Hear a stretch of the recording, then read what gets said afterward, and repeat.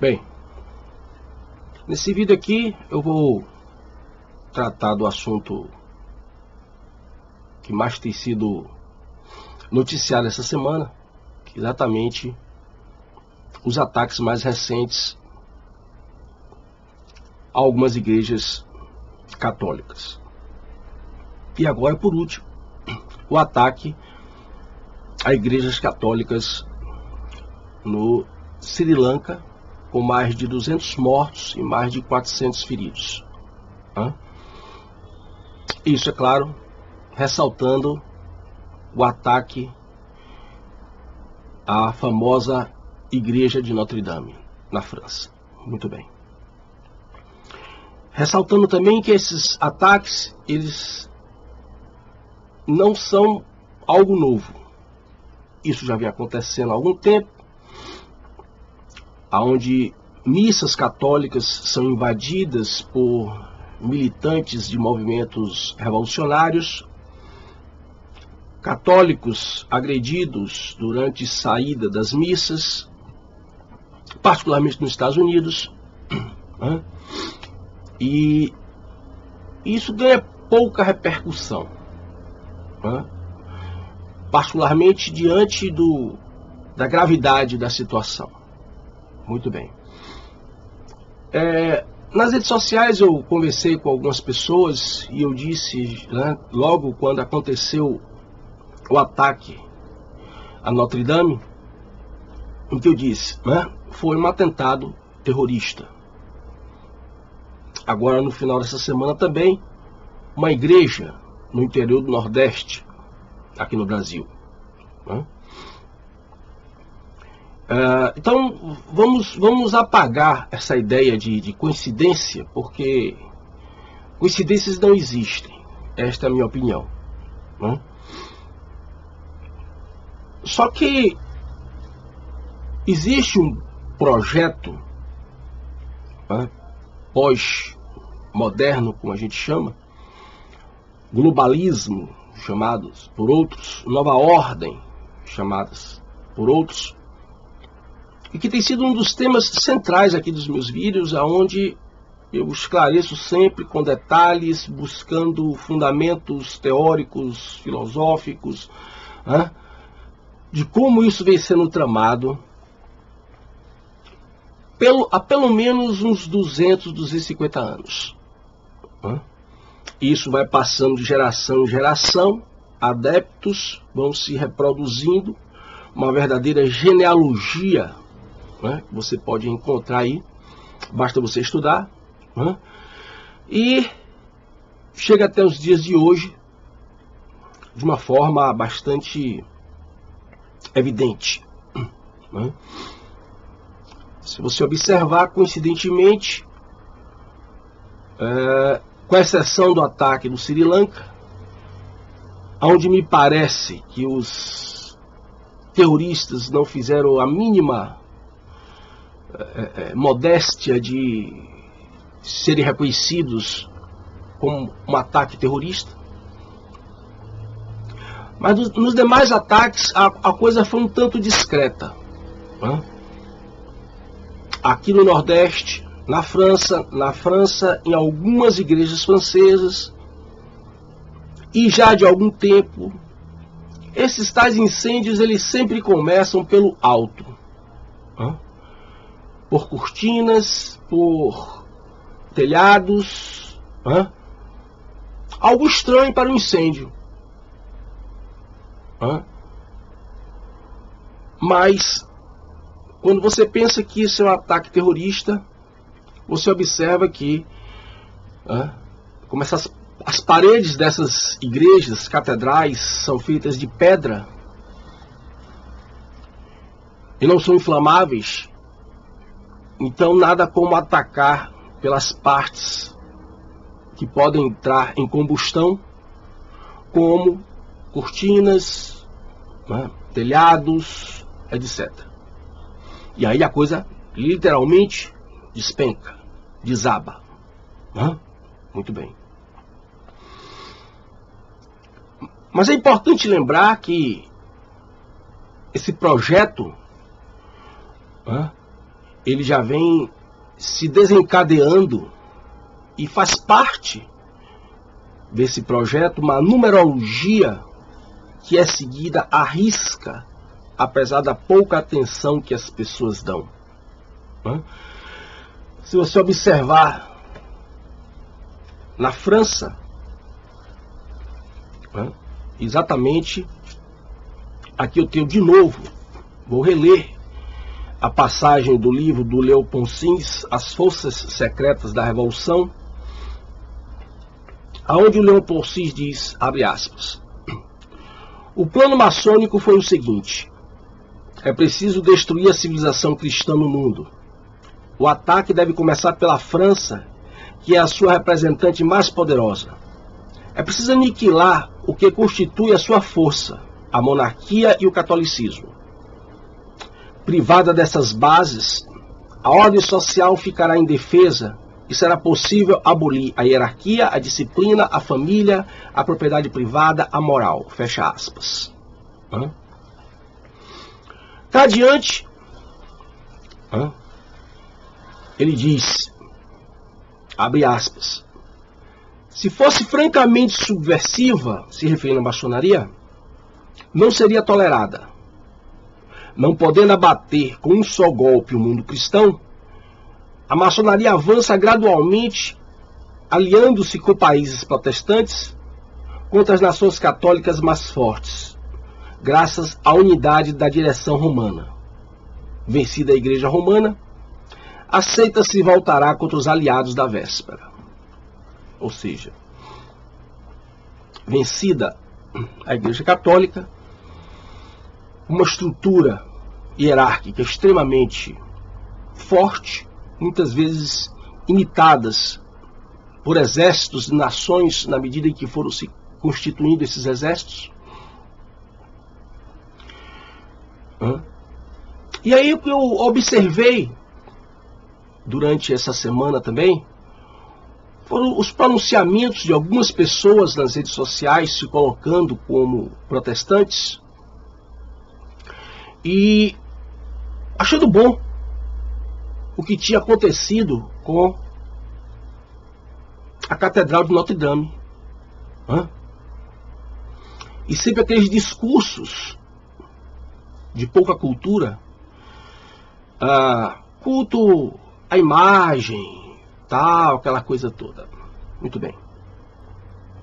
Eu vou deixar claro aqui em rápida síntese que, só para uma rápida, muito sumária explicação,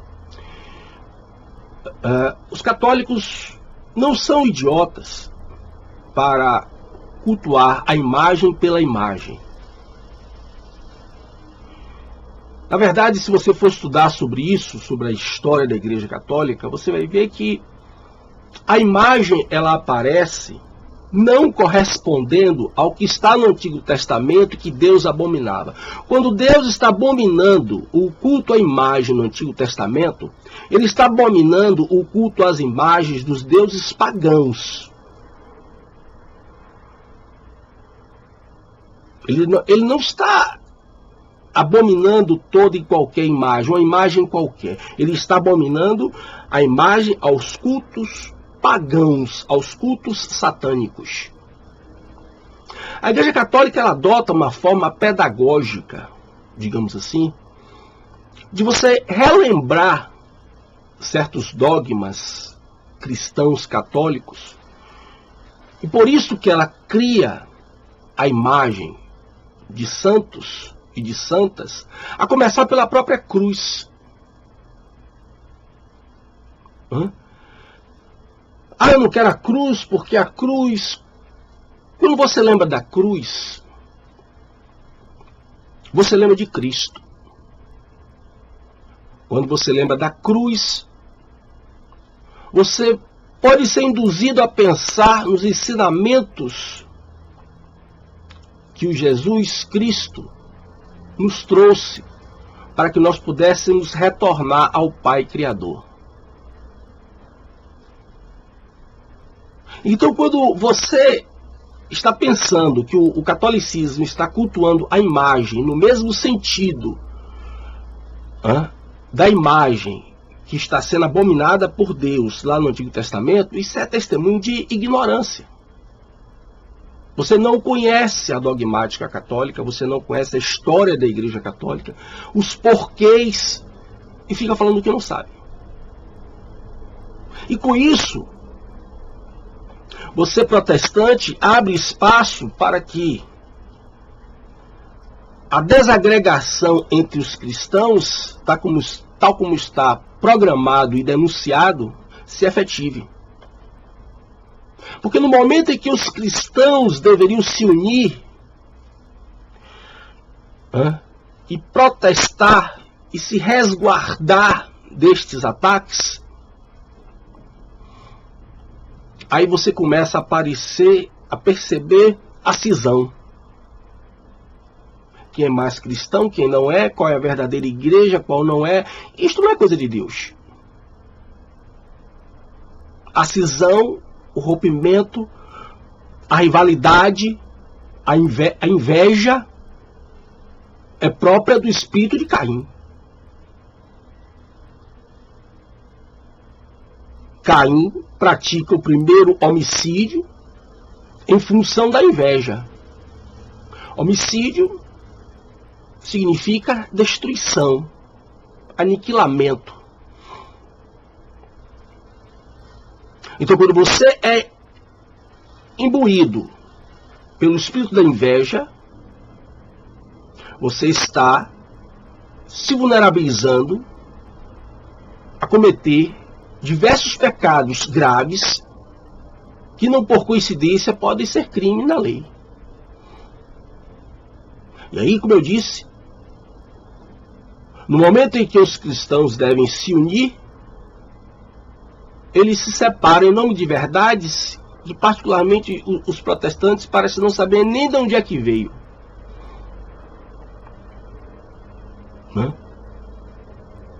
Então, pare para prestar atenção que no momento em que a mídia dá alguma notoriedade a esses casos, mas em momento algum você viu o governante sair para dizer que, olha, temos que acabar com o armamento, temos que fiscalizar os explosivos, temos que aumentar o rigor das leis contra quem porta explosivos, contra quem porta armas. Você não ouviu, nem vai ouvir falar. Porque toda essa estrutura está comprometida, é braço estendido desse projeto para instaurar a tal nova ordem, uma nova ordem completamente anticristã. Se você lê a Bíblia do princípio ao fim, seguidamente você percebe que pouco a pouco Deus está preparando a humanidade para a chegada do Cristo. Mas se você se voltar para estudar a pós-modernidade, você vê que todos os discursos em evidência hoje estão preparados para a chegada do anticristo. Observe que tudo aquilo que está sendo discutido na seara jurídica, do ter direito, etc., inclusive as novas filosofias, as novas éticas, as novas concepções de seres humanos, são todas antibíblicas. Isto não é coincidência. E aí eu quero lembrar aqui da passagem de Mateus 24, quando Jesus fala: porque muitos virão em meu nome dizendo, eu sou o Cristo, e enganarão a muitos. Ouvireis de guerras e rumores de guerras. Olhai, não vos assusteis, porque é mistério que isto tudo aconteça, mas ainda não é o fim. Porquanto se levantará nação contra nação, reino contra reino, e haverá fomes, pestes e terremotos em vários lugares. Mas todas essas coisas são o princípio das dores. Tudo isto é pecado acumulado.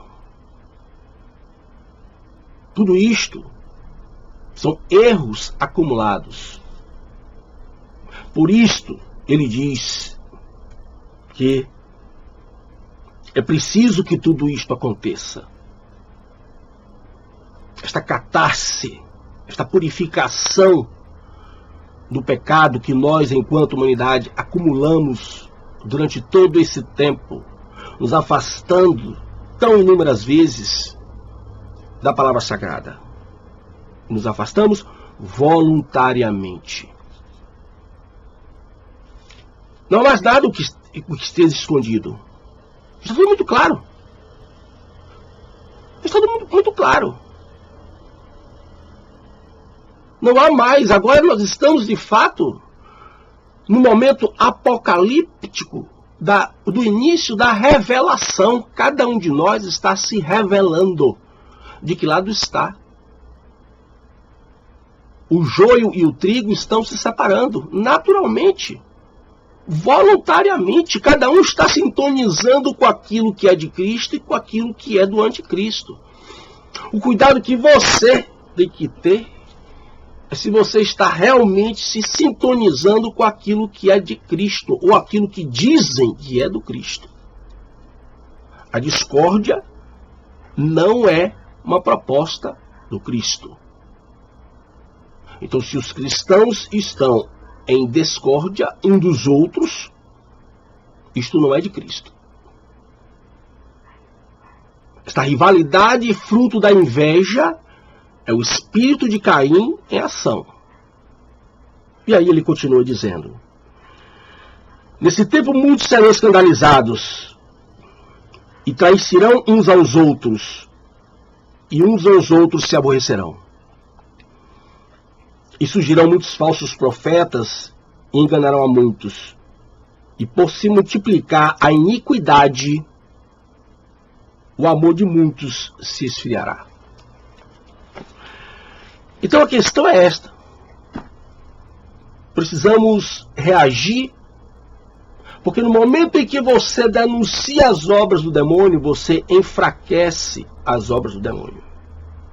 O demônio tem poder quando ele atua sorrateiramente, quando ele atua no desconhecido. Quando você revela a obra do demônio, quando você explicita, quando você denuncia a obra do demônio, ela perde poder. E quando você invoca o poder do Espírito Santo para a purificação dessas obras satanistas, você aniquila o poder do demônio. Então você, cristão, católico, protestante, ao invés de provocar, de fomentar o espírito de Caim, se recolha ao silêncio do teu quarto e faça a oração que Jesus nos ensinou. Ao invés de sair por aí tirando uma posturazinha de intelectual, de conhecedor das verdades bíblicas e católicas, que você não conhece coisa alguma. Eu espero que esse vídeo lhe esclareça algumas coisas, que estimule você o estudo e a reflexão cristã. Se você gostou, se inscreva no meu canal, Seminário Critique Crise, e divulgue o meu trabalho.